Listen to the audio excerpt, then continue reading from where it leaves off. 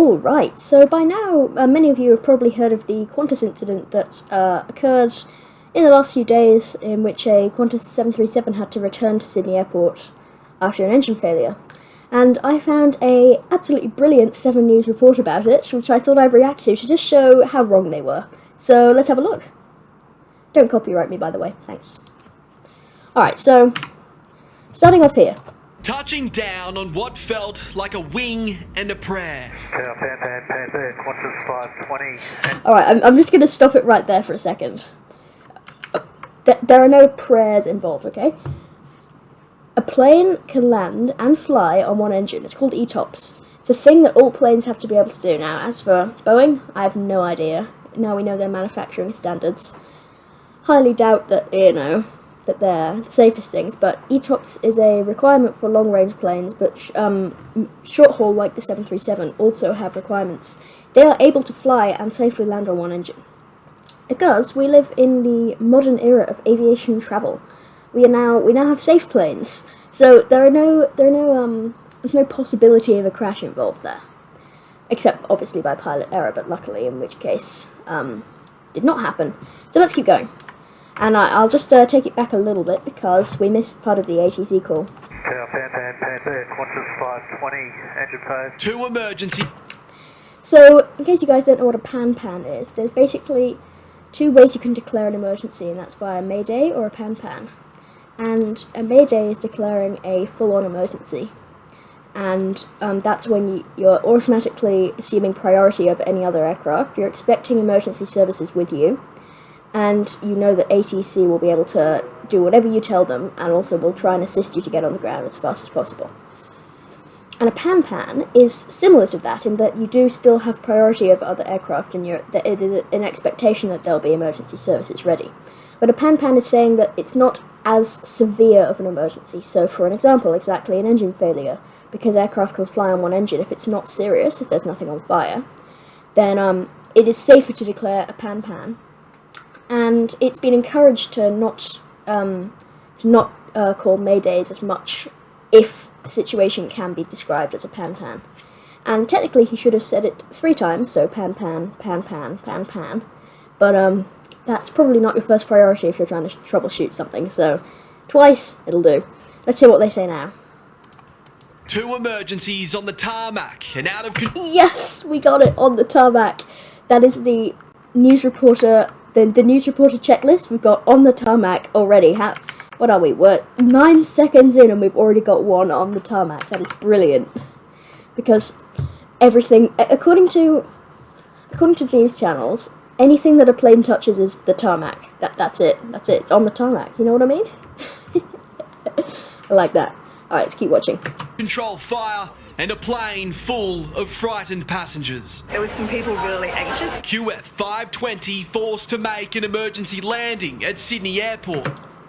Alright, so that's a 787. I don't know why that's there. I don't know why that's relevant. Maybe we're looking at the tail of the 73 over here. Is that, Victor Hotel Yankee... Can't read that registration, sorry. I'm not in 4K.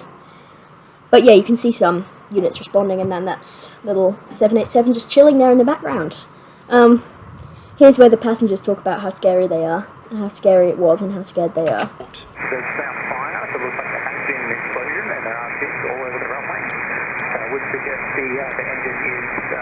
After an engine... So that's the pilots communicating with the fire rescue teams. They're just talking about how the engine's probably still running, and they're going to turn it off, and they want the rescue teams to just make sure that everything's all good there. Because what you don't want to have is an engine still on. In case you've ever researched into the incident of Qantas 32, the A380, which, due to a fault in Rolls-Royce's stub pipe, the engine 2 blew up and made a successful landing back into Singapore overweight, leaking fuel. So, that's another story. I'm not going to yap about that right now. Just keep watching. Engine failure as it lifted off just minutes earlier. It was on takeoff, there was a bang on the right side. Alright, so if we just go back here, I think he said... As it lifted off... So, he talked about as an engine failure as it lifted off. I assume he means an engine failure on takeoff. And if he was referring to the actual time that they rotated, then it's quite an interesting case, because we have a thing called a V1 speed. Excuse me. And a V1 speed is the speed at which a takeoff can be safely rejected. And V1 speed is generally quite close to the rotation speed, especially on lighter aircraft.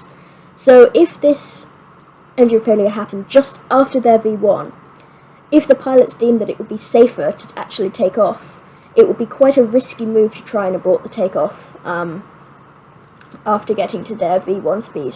So the pilots made the decision that it would be safer to take off and then troubleshoot in the air, which I think was a good idea, because in the case of Sydney Airport, you are either, if you overrun, you're going straight into the water, or you're going straight into the terminal. So, or the car park, in fact. So it's your choice. Let's keep watching. Just minutes earlier. It was on takeoff, there was a bang on the right side engine. There was a shudder and a sort of movement, and you knew the plane wasn't right. Bound for Brisbane. Alright, so the right side engine 2, I think that's what they're referring to. There was a bang. That's always, characteristic of an engine failure. That's what happens. There's a loud sound, and there could be some severe engine vibrations, and then, that's pretty much the signs of an engine failure. So it's good that the passengers picked up on that. Now I want to point out something really interesting here. Right here. So they're trying to display a moving map of where the plane went.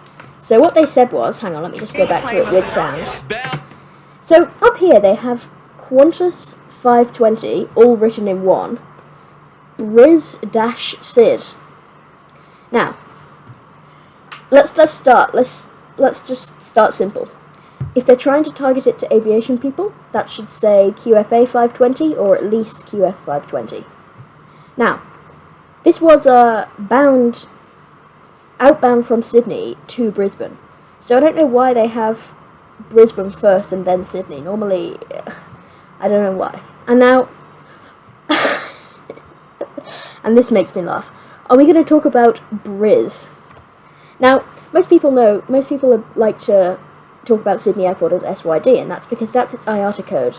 IATA is the International Aviation Transport Authority or something, and they have 3-letter codes for the airports, and the real pilots don't use IATA codes at all. It's mainly for dispatch, for the ground crew, for the dispatch, and for the passengers that the IATA codes are used.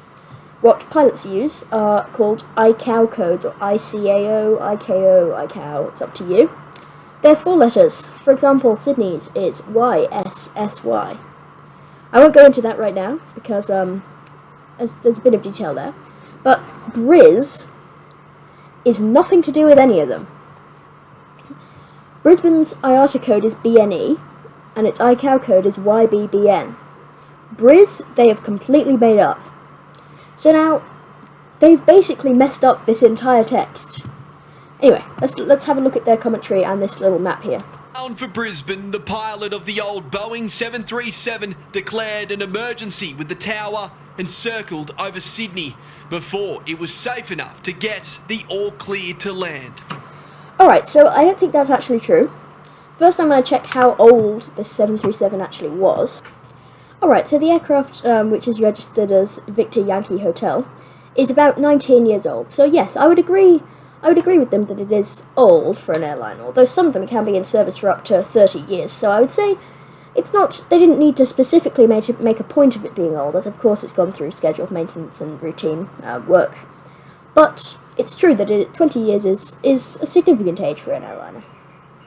So now, they mentioned, I believe, Old Boeing 737 declared an emergency with the tower and circled over Sydney before it was safe enough to get...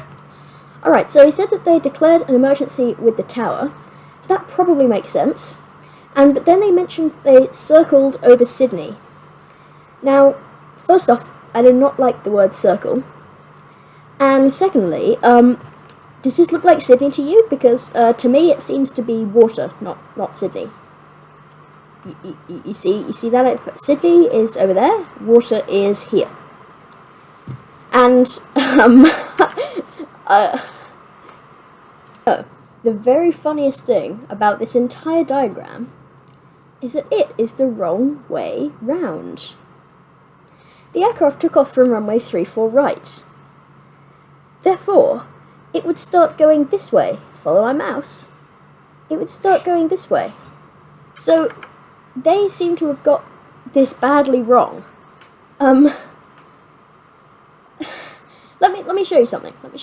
So, here is on FlightAware, which is a very good source. Here's a replay of what the flight actually did.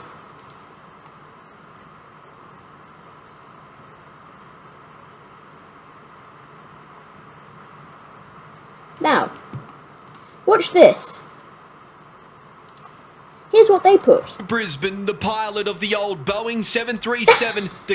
They somehow managed to get it the wrong way round. Somehow.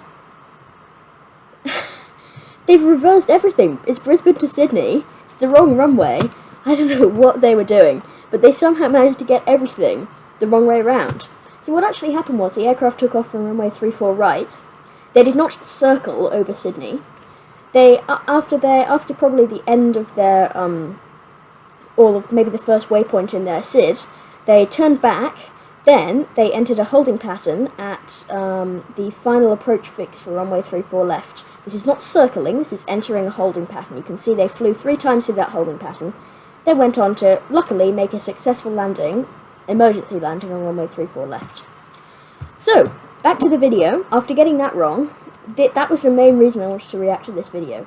Because this information is so incorrect. Declared enough to get the all clear to land. There is a... And just quickly, you do not get the all clear to land. If you've declared a pan, you land, the ATC says you can land. You don't get the all clear, that's not a thing that happens in aviation, just saying. That's a little annoyance that I have there. a point during the takeoff at which you can no longer reject that takeoff, so you are committed to getting... Correct. Now this guy actually knows what he's talking about. As I mentioned, that's called the V1 speed. The aircraft into the air if it isn't already airborne. From the windows, passengers could see the chaos on the ground. Take off there, something's come out of the engine and come through out the back, and that's set all that grass on fire. Smothering the airport in a thick haze of smoke. Now let's talk about... Oh, no, let's not stop on that frame. Oh, let's not stop on that Set frame. all that grass on fire. There we go, that's better.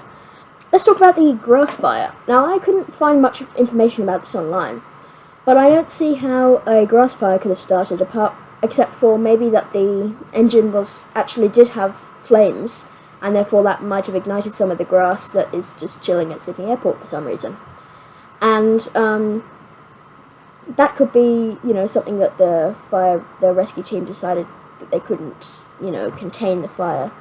So I'm not really sure about the grass fire, but the dude previously talked about fumes coming out of the engine. That would make sense, because often when engines do fail, they release a little bit of smoke out the back of them. So yeah, keep going.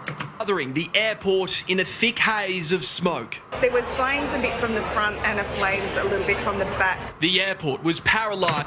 So we have this thing called a Cat 3 ILS, and it lets us land in zero visibility. The aircraft can completely land itself. Here in frame we've got a 777. For 40. I believe that's a 777 and a 737. All of these kind of aircraft types that commonly land and take off at Sydney are capable of flying a Cat 3 ILS, so smoke, unless it is a problem for actual engines, should not be a problem for visibility, because visibility is really not required. 7 minutes, passengers stranded on all outbound flights. It puts you a bit on edge when you're seeing ambulances drive past, and a big police rescue vehicle has just passed us as well. Now, I don't know whether they decided that would be a great time to put subtitles that cover the entire screen, but yes, I agree with what he's saying. It does make sense when you see the fire rescue teams responding. It would make you a bit scared, because of course it's not often that things like this happen. And a big police rescue vehicle has just passed us as well. And they spelt past wrong. Ambulances drive past, and a big police... Yep, so I believe past, in that way of speaking, is not past P-A-S-T, but in fact P-A-S-S-E-D, from the past tense of the verb to pass, not past P-A-S-T, which means, for an example, drive past. Past means going next to and then exceeding So if my hand is going past my other hand, it's going like that. Just a quick grammar lesson for 7 News, you know.